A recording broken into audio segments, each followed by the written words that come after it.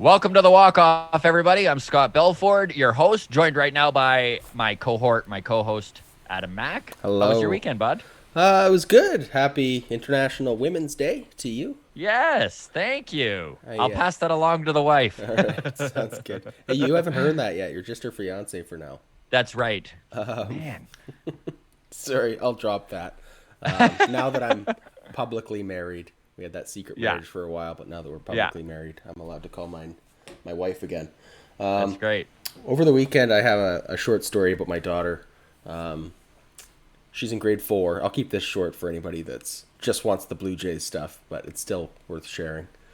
So my daughter's in grade 4, and she's at that age where she's, crushing on boys and stuff like that. Right. So there's been this boy for the last couple weeks that she's had this big crush on, and she was so excited the other day when she found out that he has a crush on her too, and all Ooh, this stuff. mutual crush. I know, it's big time, right? But I got a text message from her on Friday night, and just a bunch of like heartbreak emojis, and she's like, "Well, Dad, he broke my heart." And I was like, "Oh no, what happened, Aw. sweetie?" And she didn't message me back, but I took her to hockey on Sunday, and on the drive to the hockey rink, she was telling me about it. And he basically just, they were having music class or whatever, and she raised her hand and made a comment, and then he raised his hand and made a comment, but his comment was like, "She has a bad attitude," and he kind of like embarrassed her in front of the class, so she ended up like bawling her eyes out and was pretty upset about it. But then after music class, they went back to their regular classroom, and she was still visibly upset, and the teacher was like, "What's going on? Is this resolved, or do you guys need to go out in the hallway and talk about it?" And she said she wanted to go in the hallway and talk about it, so her and this boy went out in the hallway, and she confronted him and called him an asshole, and said like, why did you think it was okay to disrespect me like that, and all this stuff. So I was just really proud of her for not taking a boy's shit and Yeah, and that's whatever. great. So she said she's over him now. She's not interested anymore. So I was like, "Oh, Good. good for you, Turn that sweetie." turn that bad attitude against him. Exactly. So I said, he'll regret it in a few years when he's looking back and wishes he wasn't such a jerk and Right? stuff like that. But that's boys, right? So Yeah. We're the yeah, worst. exactly. We are the absolute worst. Yeah. So that's my story for International Women's Day. I'm raising a No, strong young woman. So yeah, I love it, man. Absolutely. And it is very cool the for 2020. It was a really good year in baseball for women, it was. Like there were obviously what we're going to get to a few of the ugly parts down a little later in the show here, but let's focus on the positive right now. Some great hires, with Kim Ang becoming the first general manager for the Miami Marlins. First female general manager in baseball history, first female general manager in North American sport history. Um, Rachel Luba just Right. kills it on the agent side of things, That's right? Trevor Becomes Bauer's agent. Trevor Bauer's agent, becomes the face of the new way to be an agent pretty much in Hmm. sports, lands him the biggest contract per year Yeah. in history. Hmm. Danielle Smith gets hired with the Red Sox. She's the first black woman to be hired as a coach in professional baseball. Hmm. And again, a lot of these things long overdue, but you know what? Huge success too, it all Hmm. happening. And the dream is that hopefully 1 year from now, we can look back in 2022 and name dozens Exactly. of women that were hired Exactly. for baseball, which is fantastic. Hmm. And actually to celebrate International Women's Day and Women's History Month, we were trying to get her for today. Our schedules just didn't line up. However, we are talking with Stephanie Ellis on Wednesday. She is the assistant general manager for the Vancouver Canadians, so the high A affiliate of the Toronto Blue Jays. She also played NCAA softball, so very high level Hmm. softball. So we're going to talk to her. Really excited to hear about her experiences getting into a front office in professional baseball, just her experience playing high level softball. Very Hmm. excited about that. We've also got Ali Schroeder, who is on the National Canadian Women's Baseball team. She's coming up in a couple weeks. I think we're talking to her. Yeah. But very excited to have some high profile women in baseball on the show. It's very good to see. Absolutely. And then for today's guest, we are continuing with our spring training extravaganza here on the Walk-Off. Yes, sir. We're going to be speaking with Adam Klaufenstein. He is the number 10 pitching prospect in the Blue Jays system. Young kid, 20 years old. Electric. Played on the electric. Like, Wow. just mental acumen on this kid is unreal. Like, just the cerebral approach he takes to the game is so far above what a 20-year-old should be thinking. It's incredible.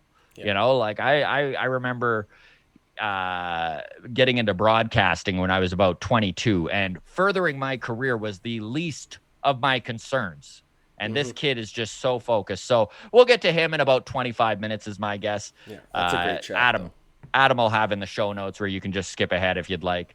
But that's on YouTube right now, his full interview. You can check that out, the Walk-Off YouTube page. You can subscribe. We've got all sorts of great interviews up there. We just hit 300 subscribers, so thank you to everybody for supporting the show and helping us grow. Absolutely. So thank you so much. Well, let's get into it. Spring training, buddy. We're almost at the point where Rogers is going to start showing us some games. I know. One more week. One more week. Friday, we pretty much should have baseball almost every single day until October. So very exciting stuff. I mean, pretty frustrating. I know spring training baseball might not be at the top of everybody's list of things to watch, but as a ball fan who is in the middle of a pandemic, it sure would be nice, you know, it's so weird to me because Rogers owns the Blue Jays. They own a television broadcast network. Yep. It seems like a match made in heaven, right? Why would you not be broadcasting your product? I know, it's absurd. It's so crazy. But again, Friday against the Pirates, we are going to be able to actually sit down and watch some of these prospects. Now, obviously, you and I have been following what's going on in spring training and seeing who's hot and who's not. So we'll talk that right now. Prospects that are standing out. Josh Palacios. Buddy. Big day the other day. This kid is having himself a spring, eh? Isn't he? Outfield prospect with the Jays. Yeah. He's probably the highest ranking outfield prospect. Him and Will Robertson, our boy there, we talked to him. His interview's up on YouTube as well. But Josh is definitely further ahead than Will when it comes to just where he's at in his baseball career. He's probably going to be playing at AAA this year. Good chance of being the first call-up if one of our 4 regulars are injured. Right. Also, exciting about Josh, he's agreed to come on the show next week. So, very exciting. That's great. Yeah. Yeah, that's awesome. Got to hammer out a date with him, but he's excited to do the show. So, which is fantastic. And in fact, we do have a few more Jays prospects coming on the show here. I know we've got 4 or 5 of them lined up, I think. Okay. So keep your eyes out on our YouTube page. A lot of exciting stuff coming up. Hey, friends. Thanks so much for watching this far into our boring news show today. We recently hit 300 subscribers on YouTube, which is amazing. Thank you all so much. Some of you have asked us to start a Patreon, and we will, but we aren't going to be locking any of this content that you've come to enjoy behind a paywall, so don't worry about that. The news show, all the interviews in their entirety, past interviews, every interview that we do into the future, all 100% for free to everybody on YouTube, so don't worry about that. What we will be doing, though, is soon we're going to be live streaming our new interviews, and our Patreons, when we get that up and running, we'll be able to watch live and suggest questions in the live chat, which is going to be really cool. We're also going to be running some contests for stuff like autographed baseballs from some of the guests we've had on the show, stuff like that. An entry to those draws will be like a free throw-in for our Patreons as well. We have a few other exciting things that we aren't quite ready to announce yet, but we will be managing all of our Patreon stuff through our Discord. And as a thank you to all of those who have been an early supporter of the show, which, I mean, if you've watched this far into a boring news show, clearly you're the person I'm talking to. But we want to give you free lifetime access to all of those premium features. And that's why we just kind of are hiding this advertisement, this clip, in the middle of a news episode. So if you're actually seeing this ad, you're the exact kind of viewer that we want to thank and reward with this awesome free perk. So hidden down below in the show notes, there will be a clickable link, whether you're on YouTube or listening along in the podcast. There will be a link, which is you just click on it and it's an invite to our Discord. Discord's free, but you have to have that invite link. So please click on that, join our Discord. We'd like to get a nice little community going there, where Scott and I can chat with you guys. We share news articles, even just stupid memes, whatever. We listen to your feedback. If you guys have suggestions for, the kind of content you want to see on the YouTube channel, Discord would be the place to let us know. We also take submissions for Q&A for upcoming guests there. We'll be announcing any exciting guests that we have coming up in our Discord ahead of time. And that Discord is where we're going to be running all of our contests for like the autographed baseballs, sharing the secret links for our upcoming live streams of the interviews. So you'll be able to see in Discord an invite to the live stream when it's happening, and then you'll be able to watch on YouTube live in real time, submit your questions in the chat, everything like that. No guarantee we're going to get to all your questions, but it's going to be a lot of fun that way. So please, thank you for not skipping through this ad. Go ahead and click that link, because after opening day, April 1st, any new invitations to join our Discord will become a premium perk for our Patreon. So click the link, join now for free, enjoy lifetime access for free, and that's just a special thank you from us for being an early supporter of the show. Thanks again so much. Let's get back to the show. Simeon, Richardson, Woods, and Alec Manoa are also having some great springs. They're our top two pitching prospects other than Nate Pearson.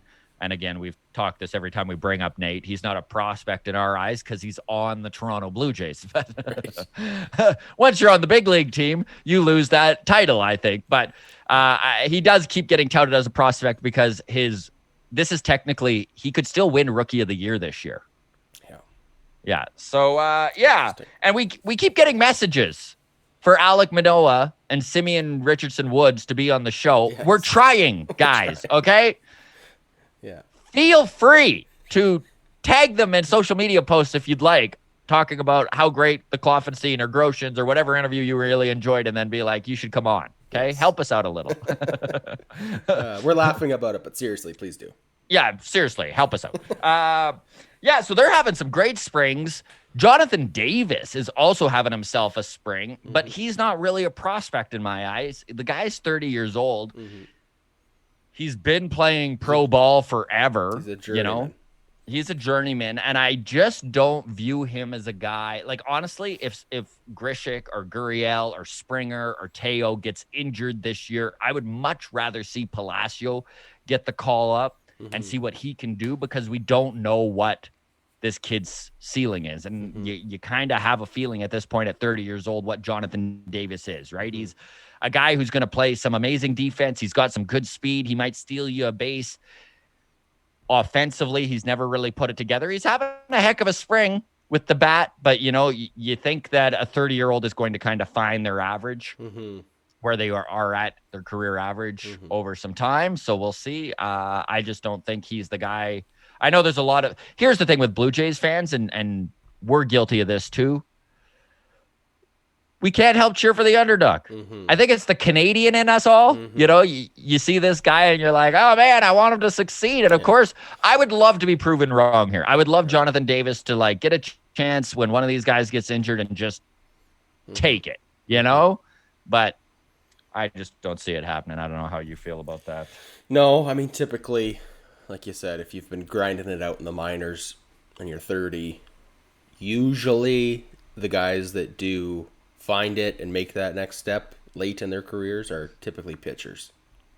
Yeah. Right? Someone learns a new pitch, someone drops down to a sidearm, arm slot, something like that, right? And all of a sudden it's a little bit magical, and even then they usually don't have a long, successful career. But I mean, we've Yeah. seen guys like R.A. Dickey and stuff have success For later in sure. his And I career, mean, so. there are examples, especially with the Blue Jays, of late bloomers. I mean, we are the organization that watched Edwin Encarnacion and Jose Bautista find it at 28. But again, Jonathan Davis is 30. I know it's only 2 years, but it's just once a guy hits 30, it's normally they are what they are, right? Rowdy Toles is having a heck of a spring too. Yep. This is a guy, man, I think Rowdy could have a really big year this year. He's one of the only left-handed bats with any sort of power in this lineup. I mean, he's one of the only left-handed bats in the lineup. You got Joe Panik. You got Reese McGuire. I mean, they're not going to instill any fear in any pitcher. So he's going to get a lot of at-bats. I think he's going to get a lot of chance to prove himself. Everyone's worried about where you're going to put Rowdy and Grishik for at-bats. I think that's just going to work itself out. So he's going to be fine. And Kevin Biggio's having himself a heck of a spring at third base. Looking good. Proving once again that he can play anywhere in the damn field you put him. And I'm excited to finally get to watch these guys do it. I'm tired of just checking box scores and getting updates from all the analysts. But I know. We're not even getting highlights is the thing, right? I know, because they're not even running the cameras. Yeah. Frick, man. Next year, you and I, we'll just go down and run the cameras for free. Right? Spring training, the walk-off, 2022. Yeah, we'll just live stream from our cell phones. I wanted to bring up with you, there's a real sentiment on Blue Jays Twitter right now about Austin Martin making this team. Yeah, right? Our number one prospect. Everyone would like to see him on the Blue Jays this year. You're against that, right? There's zero chance that's a good idea.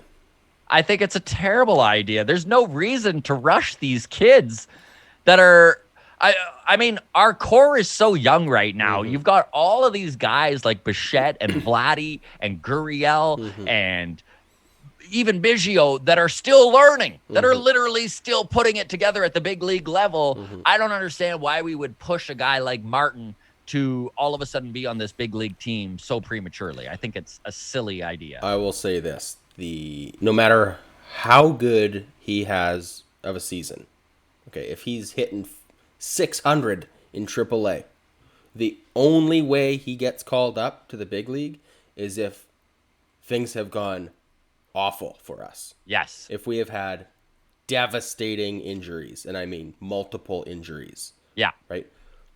Simply if this is a team that's not competing for a playoff spot anymore, like that's how bad it would have to go.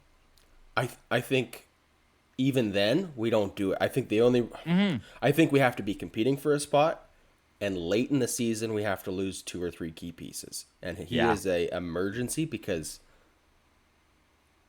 we still haven't started the clock on his arbitration years. No, well, hasn't even played professional ball yet. This is his thing, is why would we start the clock on his free agency timer when we don't need to? No, it's right? true. Like, not only do we not need to, it's probably detrimental to his development. Yeah. You know, like, and this is the thing, everyone was pounding the drum so hard about Vladdy's time being manipulated, right? Oh, they're just keeping him down because of his time, and then they brought him up, and look, he has struggled. You know, like, he's still put up above average numbers. He's still a big leaguer. I'm not saying that, but I mean, he's not hitting 375. Yeah. So, I don't know. I think there's no way we see him, Austin Martin. I think there's no way we see Jordan Groshans. Yeah. It's not happening this year unless something crazy. I don't even think we'll see them as September call-ups because I don't think management wants to start the clock on arbitration unless they absolutely have to. Exactly, on either of these guys. And the truth is, if there is going to be a guy who's moved up, it will be Groshans over Martin because Groshans has Some more minor experience. league at-bats, yeah. Exactly. Like, he's been playing pro ball since 2019. And I know, obviously, 2020 was just a write-off pretty much. But, you know, both Martin and Groshans were at the alternate site and made some. So was that Palacios. And he also credits the alternate site as, you know, truly helping his development. So it's nice to hear these guys not write off last year. But you can't replicate real at bats. So until Austin Martin gets a chance, like, that's the thing. Martin, he's probably going to start at Double-A. Like, you're probably going to start him maybe even high A and move him to double A after a month, right? Like, this kid's never played before. So why not let him go down to the Vancouver Canadians and rip it up? Plus, it's great for Canadian baseball to have him there. Exactly. And then move him to double A. And he can even finish the year at triple A, right? Anyways. Yeah, there's our rant on. No need to rush development on this team. No. We've got some great prospects. We've got a core that is super young. Let's enjoy it. You know? Absolutely. All right. I did want to talk about this because Mickey Callaway, I mean, giant piece of shit, obviously. It gets proved time and time again here. He was the manager for the New York Mets. He was fired by the Los Angeles Angels just recently for his misconduct. He was the pitching coach. He was in the Indian system. That's where he originally got hired, was by Ross Atkins. So this is where the Blue Jays tie comes in. Right. And, of course, he has all these allegations against him from female media members that he has acted completely inappropriately. Long list of texts and proof that he is just, and that's the thing. He's harassing these women and they're not responding. They're not doing anything. He's sending them shirtless photos. He's just being a piece of garbage. So it's good to see baseball kind of, get rid of this. But the frustrating thing is that there's so much proof that everyone knew about this. Know. Like, they call it the worst kept secret in baseball. Everybody knew he was a womanizing piece of garbage. And this is a guy who had a job until a month ago. Yeah. 2021. So, I mean, we talked about all the progress baseball is making with women in the sport, and then you hear stuff like this. It's just so disheartening. Isn't it? And, of course, Atkins and Shapiro had a press conference where Atkins came out and he said all the right things. I mean, obviously, he had to say he didn't know because if he did, that you'd have to fire him. So he knew that. So, I mean, whether that's truthful or not, I feel like, of course, he knew. Yeah. He did take responsibility. He said it was his mistake. He said that it was a big mistake not vetting them better. I don't know, man. Really disheartening to hear. And the fact that the Jays have a loose connection to this is also disheartening. But makes your skin crawl, that's for sure. Yeah. Really frustrating. But, I mean, again,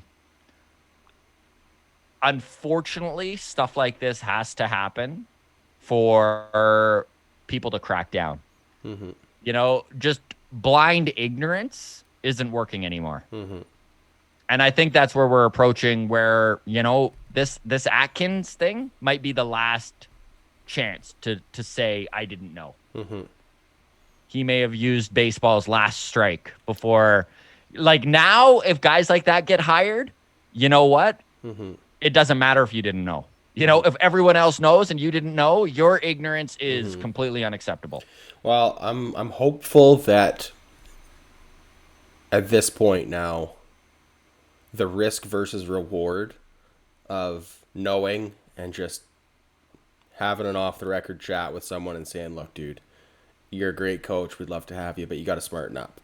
Just not worth it because he's not going to smarten up, right? Yes. If he's got a history of being a dirtbag, that's not going to change. Let's be honest. 50-year-old dirtbags don't change. 30-year-old dirtbags don't change. Exactly. Like, it's just, listen, and I'm not saying nobody, we're definitely not saying I'm not perfect. People can't I'm sure improve. You're not perfect, yes. Exactly. And of course, mistakes, but you can make the right steps to improve a mistake or improve yourself as a person. That's not what we're saying. We're just saying that these guys that are getting jobs and getting 7th and 8th and 9th chances. Come on. Organizations turning blind eyes to stuff that is just happening right in front of them. It's no longer acceptable. And I'm glad that baseball did react the way it did. It's too bad that they didn't do this in 2017 when these allegations first started to be made. But exactly. Late progress is better than no progress, right? Exactly. What do they say? The best time to plant a tree was 30 years ago. The second And now best it's the time second is best. today. That's right.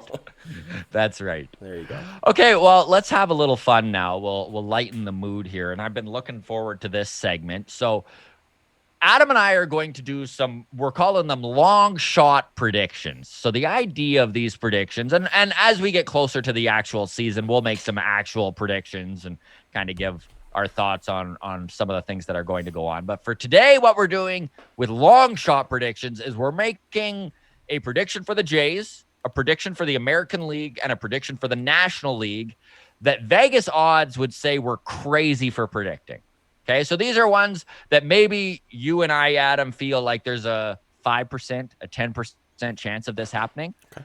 And Vegas is like, 0.01, right? Like, so they're super long shot, but just predictions that we think possibly could happen and have a better chance of happening than most people give it. Right. Okay. Do you want to start? Do you want to start with the Blue Jays or save that for last? Let's start with the Blue Jays. Okay. You want to start this off? Yeah. My prediction is Kevin Biggio wins a Gold Glove at third base. Ooh. I love that. Thank you. I actually love that prediction. Thank you. Okay. I'm going to go with Randall Grichuk has a career year, hits 40 bombs. Wow. And becomes the most regular guy hitting cleanup. I'm not saying he's going to be there all the time. I just mean maybe he gets 60 games at the cleanup spot. All right. I like that. You're like, that is a long shot, Scott. That is a long shot. I don't know when he'll ever see the field, so that's a long shot. Okay. Off to the AL. Okay. I think the Yankees will miss the playoffs. Hey. Maybe that's wishful thinking, but I like it. You went the complete opposite way I did here. Okay. Yeah. So you're saying Yankees don't make the playoffs. My prediction is the Kansas City Royals will actually be a good team this year. I think their core of young players is going to take a step forward, very similar to what the Jays did last year. I think that their young pitchers, Brad Keller, Brady Singer, and Chris Bubek are all going to be the backbone of this rotation, and I think that they're going to surprise everyone. And Andrew Benintendi is going to have a great year, and they're going to make a wild card spot. Interesting. Okay. Right? As long as they're not taking a wild card spot away from the Blue Jays. Away from the Blue Jays, then you're fine with it. But you know what? We won't need the wild card if the Yankees because the Yankees are going to miss the playoffs. It's perfect. It all works out. Okay. National League. I have a player that I think is going to have a bad year. I don't have statistical measurements of what a bad year is, but let's say disappointing on the level of Vlad Jr. kind of bad year. Okay. Fernando Tatis Jr. is going to have a bad year. Interesting. I like that. Putting it out there. I think big paycheck, a lot of pressure on him. Yeah. And I still don't think he's proven it long term. So we'll see. Okay. I am going to say Trevor Bauer wins the Cy Young Award, opts out of his contract, and chases $50 million as the highest paid player next year. Can you imagine? Wow. Wow. That's bold. But I love it. Right? Oh, man. Baseball would lose their mind if that happened. Jeez, that's amazing. Did you hear about him pitching with one eye closed? No. Yeah, so he pitched with one eye closed. Okay. This was two days ago during spring. Struck out the side, and now there's all these memes of him with an eye patch. He's a pirate now, and just course. and he, of course, Bauer is just a pig in shit right now because everyone's hating on him. So this is what he lives. This is what he lives for, right? Is being the wrestling heel. Yeah, exactly, totally. NWO for life. Wow. Okay, so you've got your Blue Jay prediction was Biggio wins a Gold Glove at third. I've got career year for Randall Grichuk, hits 40 bombs. American League, you've got the Yankees missing the playoffs. Yeah. I've got the Kansas City Royals making the playoffs. National League, you've got Fernando Tatis Jr. having a very bad year, or at least a year that isn't worth $27 million. Yes. And I have Trevor Bauer winning the Cy Young and opting out of his contract. Very good. All of those would be super fun to happen, man. To clarify, I guess the Fernando Tatis Jr. bad year, I mean the kind of year where pundits on TV are really starting to panic about that contract. Yes. That's the kind of year I'm talking about, okay? Yes. Yeah. So, like, he hits 260, 16 home runs. Exactly. Yeah. So. Okay. Fun. Good stuff. All right. Well, let's throw to our guest here because this guy was just an absolute joy to talk to. Adam Klaufenstein, one of the top prospects with the Blue Jays, one of their top pitching guys. Enjoy. Thanks so much for listening, everybody. Cheers. Take care.